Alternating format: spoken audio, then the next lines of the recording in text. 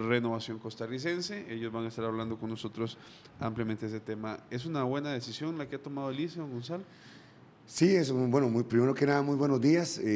Hoy creo que entendemos que es una buena decisión, pero la vemos como una postura solamente, porque si contamos que en el ICE hay más de 16,000 funcionarios públicos, de los cuales casi todos tendrán, y la intención del ICE es más bien recortar personal, no contratar personal.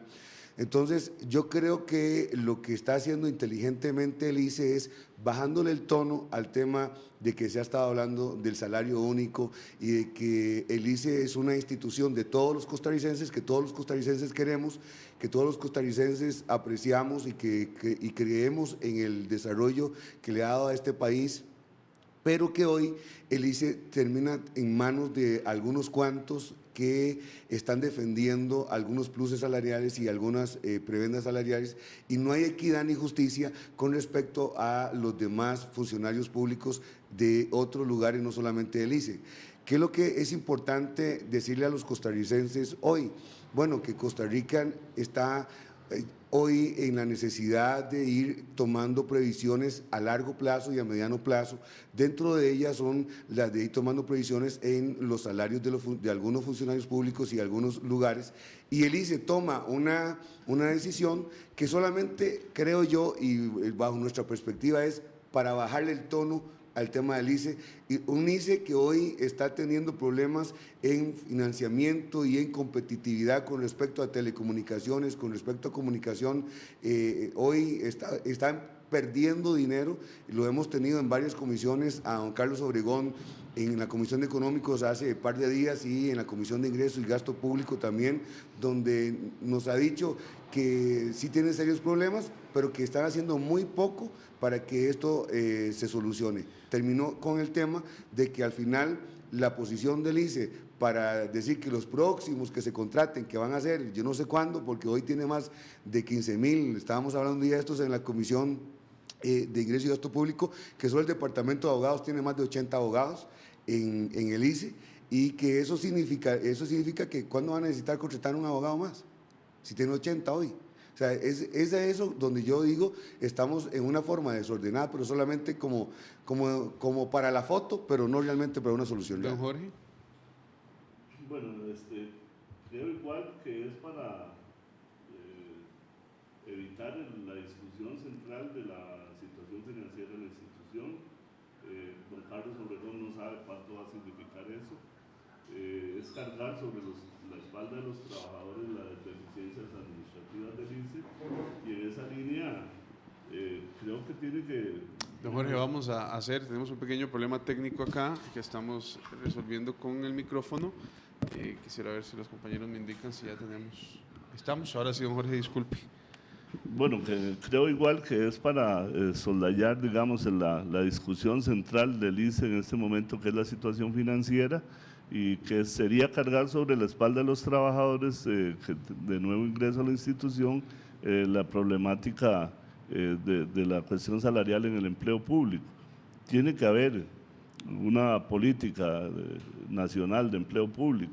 En eso estamos completamente de acuerdo, tienen que haber topes, pero no puede ser con la precarización de la parte laboral, ¿verdad? Si hay algo que ha dado estabilidad política a este país, es la gran capa media de la sociedad, donde el ICE y la Caja se convertían en atractivos naturales para laborar, ¿verdad? Y entonces en esa dirección creo que es un fallo más del gobierno de no coordinar con el ICE en este caso este tipo de acciones, y lo que es más grave es violentar completamente el debido proceso, ¿verdad? Eso es obviar que hay organizaciones legalmente constituidas, por ejemplo, los técnicos en telecomunicaciones, que son el bastión de la parte de telecomunicaciones, o los técnicos de energía, no son tomados en cuenta, y entonces ahí uno ve que sí hay cuestiones que tienen que verse. Por ejemplo, un técnico que trabaja en líneas de alta tensión con 33,000 voltios en su cabeza,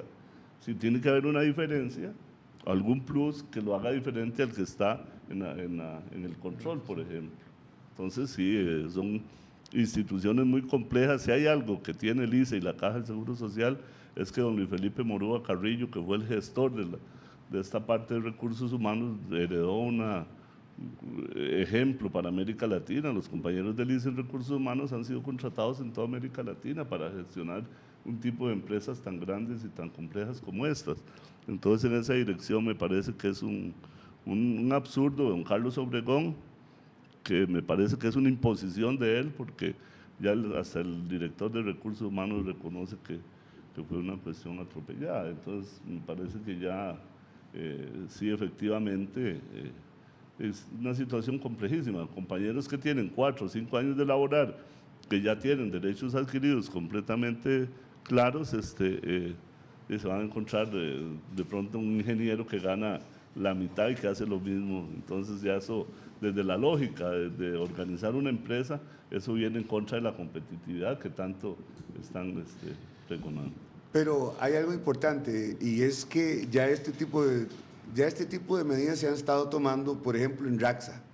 En RAXA hace más de 6 años se empezó a contratar personal sin pluses salariales, sin anualidades y solamente en algunos departamentos técnicos para trabajos específicos. Entonces, se quiere decir que sí se puede hacer un reajuste. Estoy de acuerdo con don Jorge con que no podemos aplicar justicia salarial con injusticia laboral. Pero hemos estado hablando del ICE, pero hablamos y abrámoslo un poquito, abrámoslo a Recope. Se ha hablado mucho acerca de Soresco, 50.000 millones Soresco, pero solo la convención colectiva le cuesta a Recope por año 50.000 millones. O sea, un Soresco al año le cuesta a la convención colectiva a Recope. Entonces, no se vale que, por ejemplo, en el ICE usted tenga, y estamos hablando de la competitividad, y la competitividad con respecto a telecomunicaciones y con respecto a estos grandes monstruos a nivel latinoamericano, como Movistar, como Claro, que el ICE tiene que empezar a competir con ellos.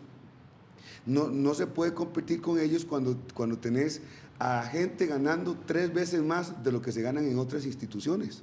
Entonces, yo creo que Costa Rica tiene que entender, y los costarricenses tenemos que entender, que tenemos que dar un giro, tenemos que tener un cambio, tenemos que tener todos, ponernos de nuestra parte, porque si todos no ponemos de nuestra parte, hoy tendremos a 15.000 ganando bien, pero mañana cuando el ICE esté quebrado completamente, tenemos a 15.000 en la calle sin ganar absolutamente nada. Entonces, hoy lo que tenemos que ver es, con previsión de visión de corto, de mediano y largo plazo, es qué se tiene que hacer. Y es a partir de ahí donde se tienen que tomar medidas y decisiones en instituciones como el ICE y en el sector público. Sí, a mí me parece que definitivamente es tapar la discusión central de esto, que son las grandes inversiones, la compra de cablevisión, que son miles de millones que no están produciendo nada. Entonces ahí están las plataformas botadas, es rehuir claramente a la cuestión de fondo. Entonces yo creo que si en el gobierno de Oscar Arias entraron más de 4.000 trabajadores al ICE, que no es un problema de los trabajadores, sino es una acción completamente deliberada para quebrar la institución financieramente. ¿Qué están haciendo esos trabajadores hoy? La misma lógica de la empresa. El 70% de los trabajadores en el ICE son administrativos y el 25% técnicos. Es una lógica completamente aberrante, digamos, en el momento en que es una empresa técnica, ¿verdad? Entonces, definitivamente, la acción esta es una acción que vendrá dando resultados a 20 o 30 años plazo, creo yo, porque está en la ley también que tienen que respetarle los derechos a los trabajadores. Y bueno, en esa línea, los mismos trabajadores que metió Oscar Arias, que no sabemos dónde están, tienen ya derechos adquiridos, ¿verdad? Y no se les puede cambiar, como pretenden algunos diputados como Tom Solís, dicen, no, rebajen las anualidades de una vez. No, es que vivimos en un país de derecho y la cuestión laboral tiene que respetarse, ¿verdad? Porque pluses salariales, bueno, fueron adquiridos de buena fe por los trabajadores en convenciones colectivas, que es un instrumento a nivel mundial donde participa el Estado, los empresarios y los trabajadores. Si esa lógica de organización del trabajo está a nivel mundial, y la otra son convenciones colectivas, los laudos arbitrales. En el ICE desde 1988 no se pelea por un aumento salarial.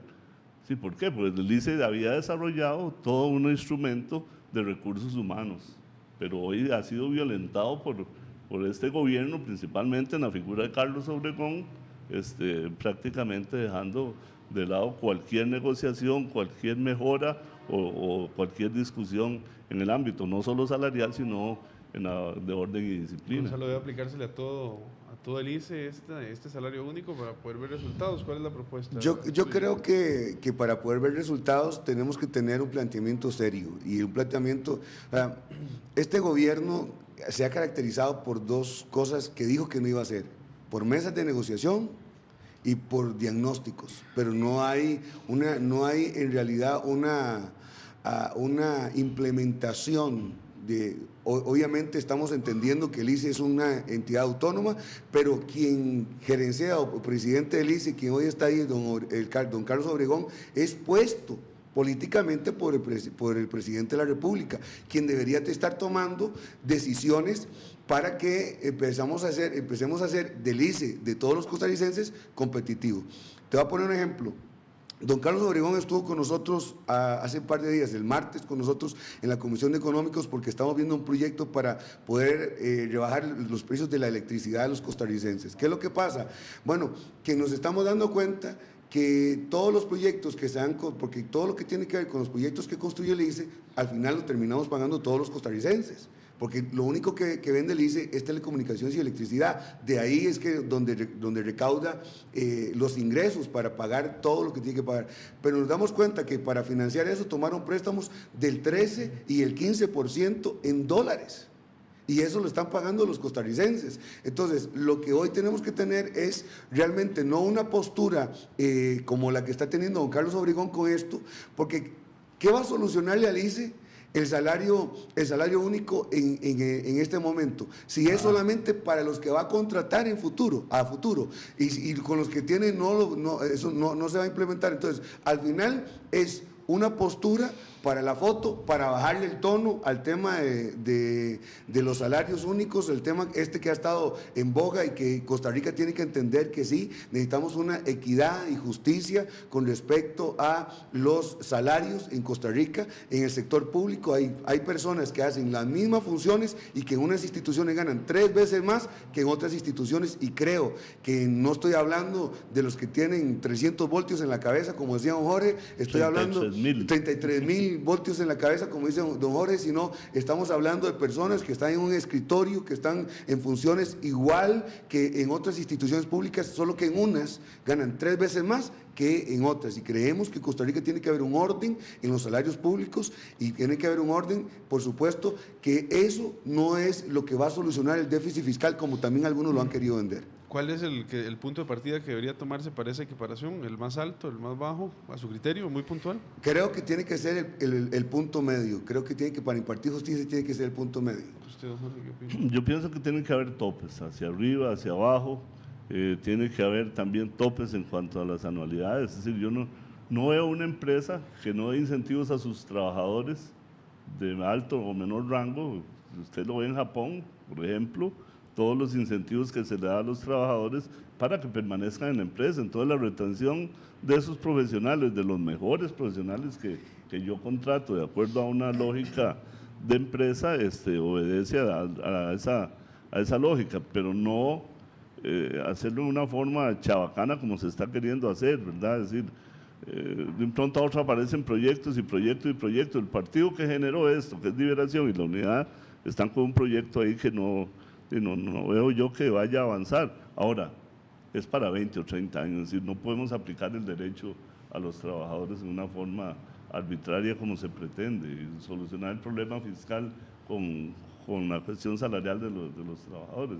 Es haciendo las empresas eficientes. El ICE es ineficiente en las compras, es ineficiente en la planificación, ya la votaron. No hay planificación en el ICE, entonces se bota el dinero, se hacen negocios de los políticos y se deja a los trabajadores cargar sobre sus espaldas. Don Gonzalo decía ahora sobre la cuestión de Radiográfica. Es decir, una empresa que la quebraron deliberadamente, que los trabajadores de Radiográfica tenían o se van para la casa, cierran la empresa o continúan trabajando, y les ponen una alternativa que es quedarse sin aumento. Los trabajadores de radiográfica tienen 5 o 6 años de no recibir un solo aumento salarial ni por inflación, ¿verdad?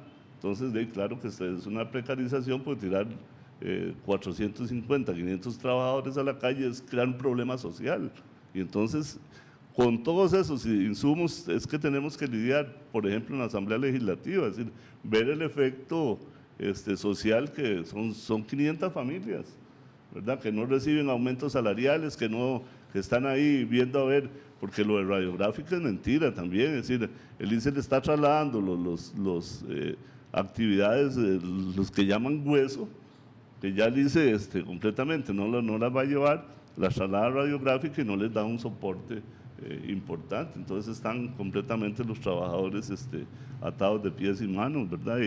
Y con la cuestión del trabajo, el trabajo es lo único que el trabajador, el salario es lo único que tiene para sobrevivir y para atender sus familias, y en esa dirección el problema social que se causa tenemos que verlo también como una realidad. Pero hay algo que sí es cierto, y es lo que decía don Jorge, o sea, si yo tengo buenos trabajadores, los voy a premiar, pero con el tema de las anualidades, el tema de la anualidad no es un derecho adquirido del trabajador, sino es una calificación que se le debe dar al trabajador cada año, y que de acuerdo a su desempeño usted lo va a premiar con la anualidad. Pero en Costa Rica la anualidad se convirtió en una parte más del salario, no en un premio, no en ese incentivo por el cual nació, y eso es lo que hemos estado también discutiendo en la Asamblea Legislativa.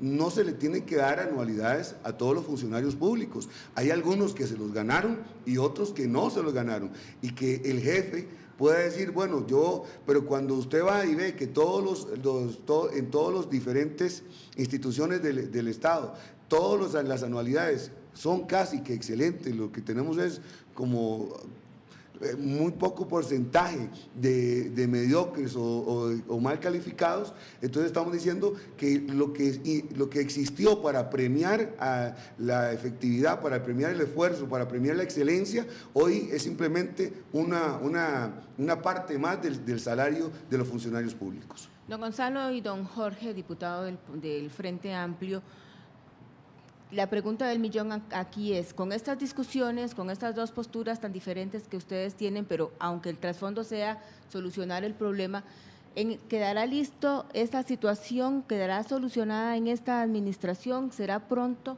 ¿Qué opinan ustedes? Don Jorge primero, después don Gonzalo. Para mí no, porque ya se llevó 2 años esta administración que no hizo nada, ya empezó la campaña política de las municipalidades.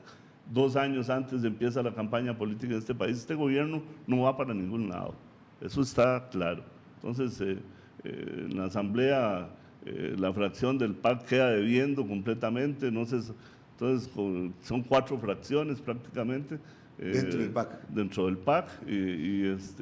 Yo no veo absolutamente que este gobierno vaya para ningún lado, más bien creo que va a ser 4 años perdidos, porque lo que Liberación venía haciendo y por lo que tanto luchó el PAC lo está implementando. Ustedes acaban de tener en esta mesa unos minutos atrás a la ministra de Planificación.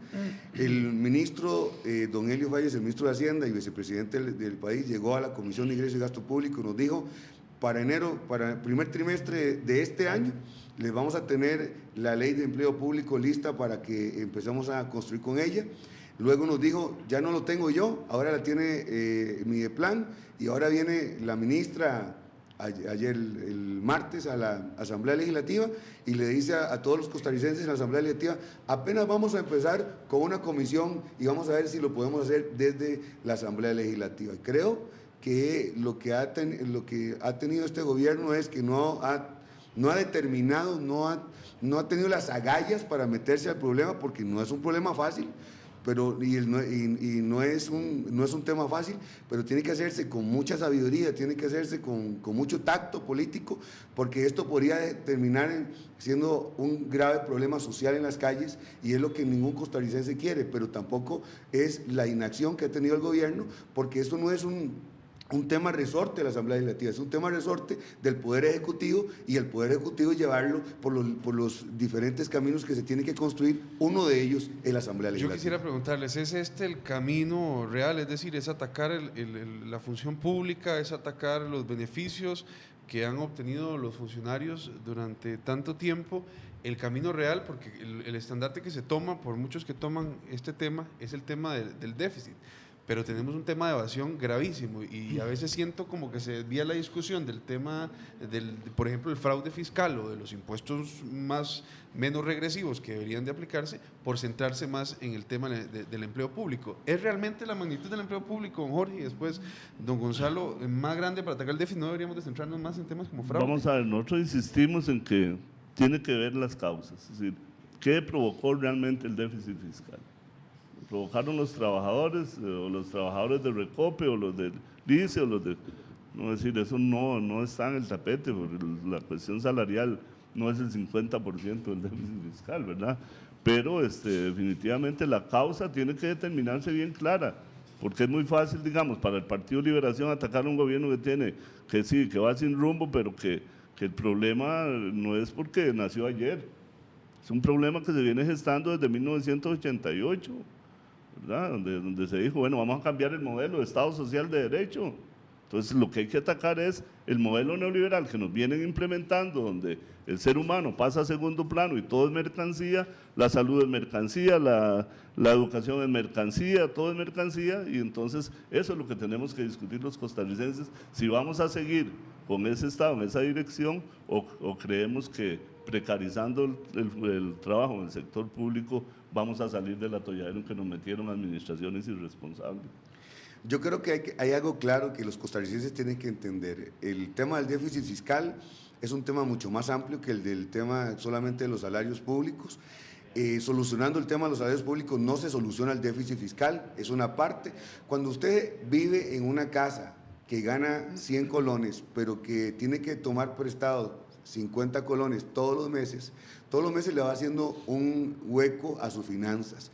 ¿Qué es lo que necesita Costa Rica? Que todos pongamos de nuestra parte, pero lo primero que hay que hacer, y yo creo que es aquí donde el gobierno tiene que accionar, es dinamizar la economía. ¿Qué va a desaparecer el déficit fiscal? Una de las primeras razones es dinamizar la economía, que podamos generar una estabilidad política, una estabilidad jurídica y una estabilidad y podamos dinamizar el empleo, el trabajo, y después de esto tenemos que, por supuesto, ordenar. Una de las cosas que hay que ordenar, pero no soluciona, y esto es una realidad que tienen que saber los costarricenses, no soluciona el déficit fiscal, es el tema de los salarios públicos. Sí es un tema que hay que ordenar, sí es un tema que hay que tomar en cuenta, pero además de ahí hay que tomar en cuenta que la administración tributaria tiene que cobrar bien los impuestos que hoy hay, tiene que distribuir bien los impuestos que hoy hay. O sea, es una mesa que tiene 4 patas y hoy dentro de esas 4 patas los salarios públicos no están dentro de esa mesa. Es parte de lo que hay que reducir, es parte de lo que hay que ordenar para tener una Costa Rica ordenada a largo plazo y que no tengamos y te podamos legarle a las próximas generaciones en Costa Rica una Costa Rica estable financieramente. Usando la misma analogía que utilizaba don Gonzalo Ramírez de Renovación Costarricense, lo que hay que hacer también, creo yo, y a un criterio muy personal, es que todos los miembros de la casa estén aportando lo que tienen que aportar, ¿verdad? Porque muchos están yéndose por otros lados y eso mismo lo dice la Contraloría, y creo que hasta con ese tema del déficit con el tema de la evasión podríamos resolver mucho el tema del déficit sin tocar ningún programa social y sin tocar o sin entrar directamente a afectar el bolsillo de los costarricenses. Muchas gracias a don Gonzalo Ramírez, diputado de Renovación Costarricense, a don Jorge Arguedas también del Frente Amplio. Son las 7:32 minutos.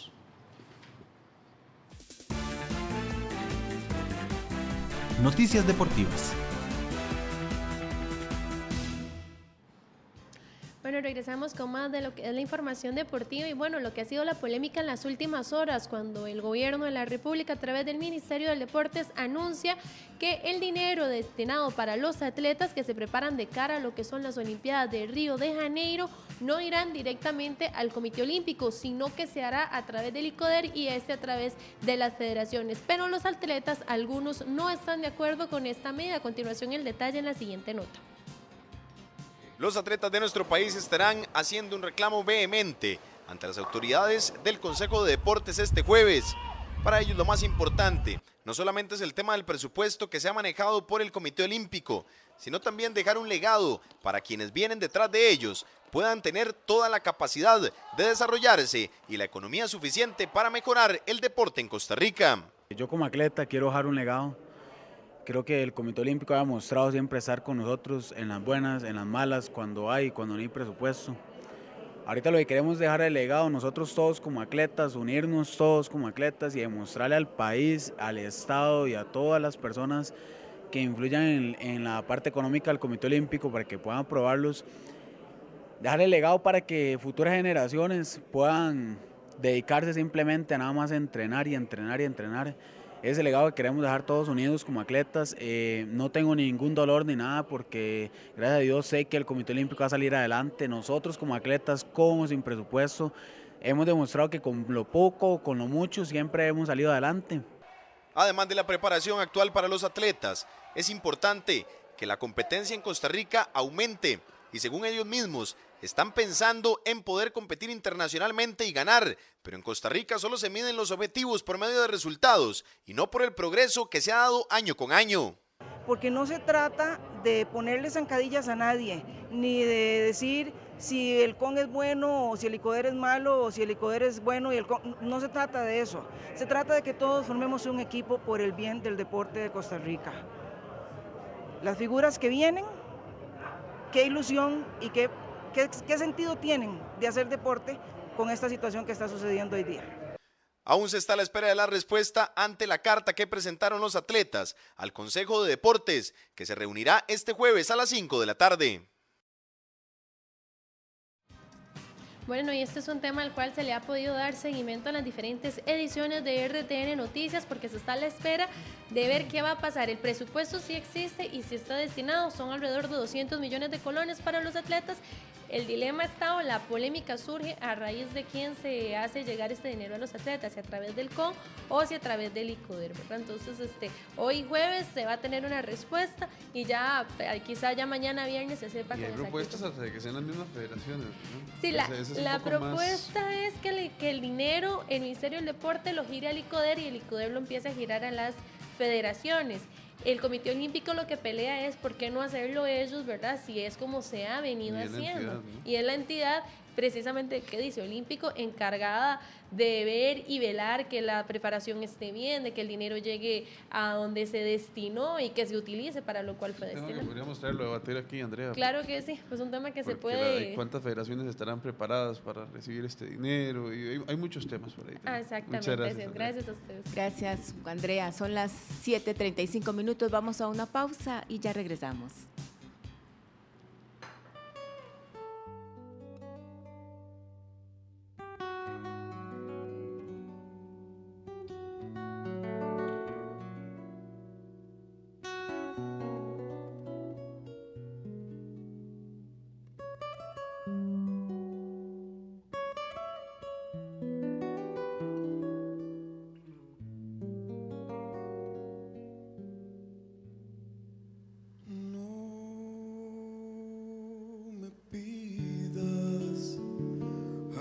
Que te olvide, porque es imposible. No me pidas jamás que te aparte de mis pensamientos. El solo pensar que vivir sin ti es un sufrimiento. Hoy Costa Rica está dando un